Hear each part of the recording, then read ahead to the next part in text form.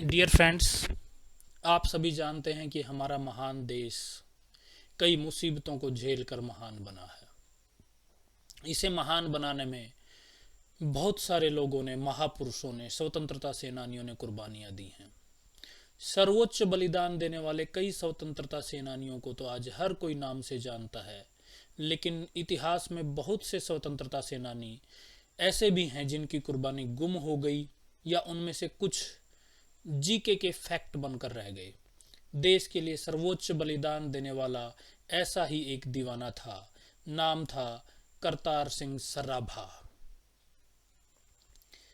एक दिन, एक हफ्ते, एक महीने या एक साल में हमें आजादी नहीं मिली। असंख्य लोगों ने कई साल संघर्ष किया, हंसते हंसते अपने प्राणों की आहुति दी और तब कहीं जाकर हमें आजाद देश का दर्जा मिला। आजाद हवा में सांस लेने का अधिकार मिला। हमारे उज्जवल कल के लिए उन्होंने अपना आज कुर्बान कर दिया। बड़े ही दुख की बात है कि आज हम उन असंख्य बलिदानों का मोल नहीं समझते। ये आज़ादी जो हमें दिलवाई गई है, इसका उचित सम्मान नहीं करते। क्या हंसते हंसते फांसी के फंदे पर झूल जाने वाले उन शूरवीरों को क्या सिर्फ साल के 2 दिन ही याद किया जाना चाहिए?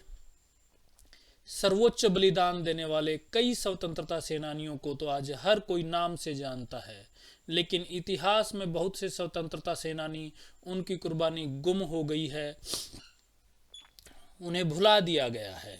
लेकिन आज का हम जो ये वीडियो बना रहे हैं, ये आपको याद दिलाएगा महान करतार सिंह सराभा की। करतार सिंह सराभा का जन्म 24 मई 1896 को अविभाजित पंजाब के लुधियाना के पास स्थित सराभा नामक गांव में हुआ था। पंजाब में उन दिनों नकारात्मक बदलाव की आंधी चल रही थी। अंग्रेजों ने 1849 में महाराजा रंजीत सिंह का राज्य छीन लिया था और उनके सबसे छोटे बेटे दिलीप सिंह को पेंशन के रूप में मामूली रकम देना शुरू कर दिया था।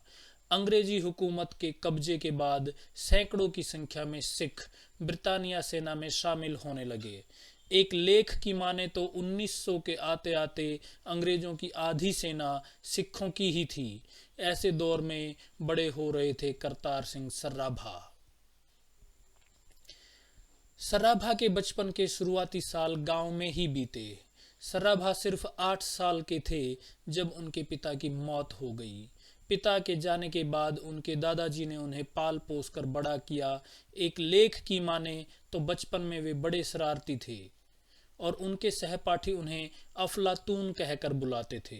सराभा खेल कूद में भी आगे थे और शरारती होने के बावजूद उन्हें सभी प्यार करते थे। बचपन से ही उनमें एक लीडर के गुण थे। 9वीं कक्षा की पढ़ाई पूरी करके सराभा अपने चाचा बख्शीश सिंह के पास कटक, जो उड़ीसा में है, वहां चले गए। कटक के रेवनसांस कॉलेजिएट से उन्होंने 1911 में मैट्रिकुलेशन पास किया। खास बात यह है कि सुभाष चंद्र बोस ने भी इसी कॉलेज से पढ़ाई की थी। बेनी माधव उस समय इस संस्था के हेडमास्टर थे। सराभा उनसे बेहद प्रभावित हुए। एक लेख की माने तो रेवनसा कॉलेजिएट में एक शिक्षक के विरुद्ध छात्रों ने विरोध प्रदर्शन किया था और इस प्रदर्शन का नेतृत्व करतार सिंह सराभा ने ही किया था। गौरतलब है कि रेवनसा कॉलेजिएट में मिले दस्तावेजों में सुभाष चंद्र बोस का नाम है, लेकिन सराभा का नाम गायब है। मैट्रिकुलेशन पास करने के बाद करतार सिंह सराभा को उनके परिजनों ने आगे की पढ़ाई के लिए अमेरिका भेज दिया। 1912 में अमेरिका की धरती पर सराभा ने कदम रखा। सैन फ्रांसिस्को एयरपोर्ट पे इमिग्रेशन के अधिकारी उनसे पूछताछ करने के लिए उन्हें अलग ले गए। अधिकारियों ने उनके अमेरिका आने का मकसद पूछा, जिस पर सराभा ने कहा कि वो शिक्षा प्राप्त करने के लिए अमेरिका पहुंचे हैं। अधिकारियों ने उन्हें रुकने की आज्ञा तो दे दी, लेकिन उन्हें अमेरिकी निवासियों की टिप्पणियां सुननी पड़ती। गोरे अमेरिकी उन्हें डैम हिंदू या ब्लैक कूली कहकर प्रताड़ित करते। भारत और भारतीयों की ऐसी बेइज्जती ने उनके अंतर्मन को ठेस पहुंचाया। अपने देशवासियों की अपने ही देश में होने वाली दुर्दशा की छवि दिन रात उनके आंखों के सामने तैरती रहती। अमेरिका में रहते हुए उन्होंने अमेरिका के लोगों का हर्ष और उल्लास से 4 जुलाई को अपनी आज़ादी का दिन मनाते देखा। इलेक्ट्रिकल इंजीनियरिंग की पढ़ाई करने आए सराभा संस्कृत के विद्वान लाला हरदयाल, किसान सोहन सिंह भकना और एग्रीकल्चरल साइंटिस्ट पांडुरंग सदाशिव से मिले। 15 जुलाई 1913 को गदर पार्टी की नींव रखी गई और सराभा पार्टी के सबसे युवा संस्थापक बने। इस पार्टी का एक ही लक्ष्य था, ब्रिटानिया सरकार को देश से खदेड़ना। सराभा तब तक अपनी पढ़ाई छोड़ चुके थे। गदर पार्टी ने सैन फ्रांसिस्को में एक प्रिंटिंग प्रेस खोला। 1 नवंबर 1913 को उर्दू में द गदर का पहला संस्करण प्रकाशित किया गया। दिसंबर तक गदर पंजाबी में भी छपने लगी। सराभा खुद उर्दू लेखों को गुरमुखी में ट्रांसलेट करते और हैंड प्रेस से छापते। सराभा पार्टी में अपने से उम्र में कहीं ज्यादा उम्र के लोगों के साथ आज़ादी के लिए कंधे से कंधा मिलाकर काम करते। पार्टी के बाबा सराभा को बाल जर्नैल कहकर बुलाते। जुलाई 1914 में प्रथम विश्व युद्ध की शुरुआत हुई और गदर पार्टी के सदस्यों ने भी वतन लौटने का निर्णय लिया। गदर पार्टी के सदस्य वतन लौटकर भारतीय सिपाहियों में विद्रोह की भावना जगाना चाहते थे। अक्टूबर 1914 को सराभा अपने वतन वापस लौट आए। वे 100 किलोमीटर साइकिल चलाकर सिपाहियों के खेमे में पहुंचते और निडर होकर अपनी बात रखते। फरवरी 1915 आते आते अंग्रेजों ने गदर पार्टी के षड्यंत्र को भांप लिया। ब्रिटेनिया सरकार पार्टी के सदस्यों को गिरफ्तार करने लगी। गदर पार्टी 21 फरवरी को फिरोजपुर कैंट से मियां मीर को बंदी बनाने के बाद विद्रोह छेड़ने वाली थी।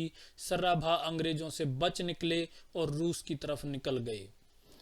कुछ कथाओं की माने तो सराभा और उनके साथी अफगानिस्तान के पास पेशावर में थे कि वो सिंह नाम शेरदा चढ़े गज के बनी शेर शेरण दे की जाना भग के गीत गाने लगे।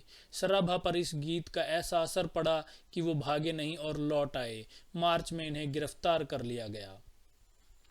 गदर पार्टी के सदस्यों और उनके समर्थकों की गिरफ्तारी के बाद इंडिया डिफेंस एक्ट 1915 के तहत मुकदमा चलाया गया।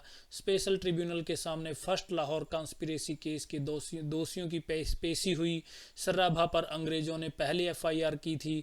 उसमें लिखा था कि उनके पास 2 किताबें बरामद हुई हैं। केस के दौरान करतार सिंह सराभा की उम्र सिर्फ 18.5 साल थी।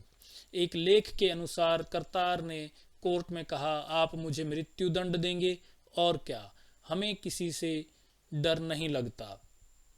मेरे गुनाहों के लिए या तो मुझे मृत्यु दंड दिया जाएगा या आजीवन कारावास। मैं मृत्यु चुनूंगा ताकि फिर से एक बार जन्म ले सकूं और हिंदुस्तान की स्वतंत्रता के लिए लड़ सकूं। जब तक देश को स्वतंत्रता नहीं मिली मैं बार बार जन्म लूंगा और फांसी पर झूल जाऊंगा। और अगर मेरा जन्म क्षत्रिय के रूप में होता है तो मैं ऐसे ही क्रांतिकारियों को जन्म दूंगा।